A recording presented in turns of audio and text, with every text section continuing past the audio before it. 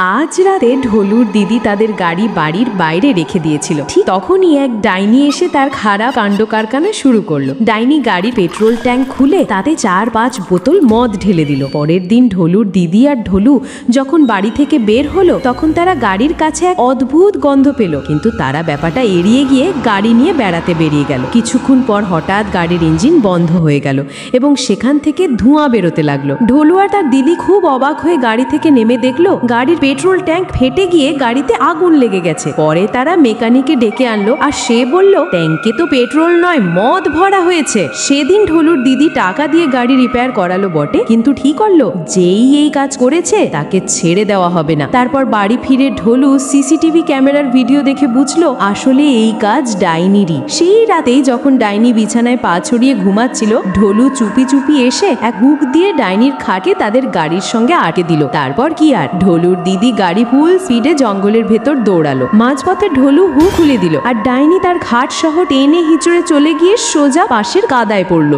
ডাইনির সারা শরীর কাদা মেখে গেল। তখন ঢোলু হেসে বলল, কেমন লাগলো ডাইনি কাদার স্বাদ?